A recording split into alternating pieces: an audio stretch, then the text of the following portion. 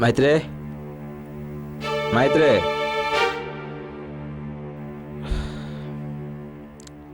రాత్రి ఏం జరిగిందంటే మాట తప్పి మీరు బతకగలరేమో కానీ మనసుని చంపుకొని నేను బతకలేను. మీరేం నాకు సంజాయిషి చెప్పనక్కర్లేదు.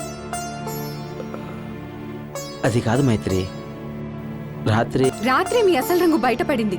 ఇలాంటి దురలవాట్లకి బానిసలైన మగవాళ్ళని నేను భరించలేనని పెళ్లికి ముందే చెప్పాను. అయినా నా మాటను మీరు గౌరవించలేదు. ఇంత చిన్న విషయానికి కోపం దేనికి? చిన్న విషయమా? తాగి రావడం మీకు చిన్న విషయం అనిపిస్తుందేమో కానీ తాగుబోతుతో సంసారం చేసే సంస్కారం నాకు లేదు. తాగుబోతేంటి?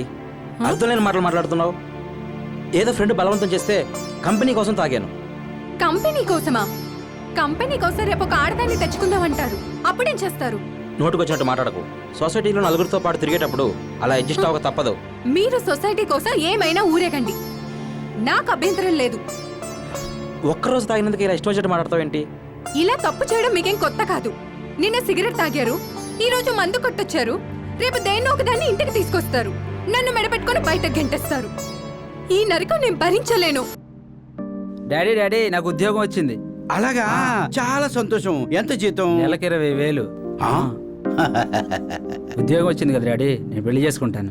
ఇప్పుడే కదరా ఒక గుడ్ న్యూస్ చెప్పు. మనసుకు చాలా సంతోషం అనిపించింది. పెళ్లి అనే ఒక బ్యాడ్ న్యూస్ చెప్పి హార్ట్ అటాక్ వచ్చేలాగా చేసేవరా.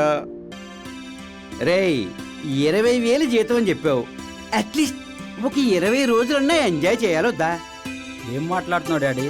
పెళ్ళి అనేది ఒక యోగం. ఎవడరా చెప్పింది? యోగం కాదురా, రోగం. ట్రీట్మెంటే లేని ఒక రోగం, దానికి మందే లేదురా. నో, నేను వినను. పెళ్లి చేసుకుంటాను, హాయిగా ఉంటాను. ఊరి పిచ్చివాడా, విధి అంత బలంగా ఉన్నప్పుడు నేనే కాదు, ఆ దేవుడు కూడా మార్చలేడు. అవన్నీ నాకు అనవసరం. పెళ్లి చేసుకుంటాను, దట్స్ ఆల్.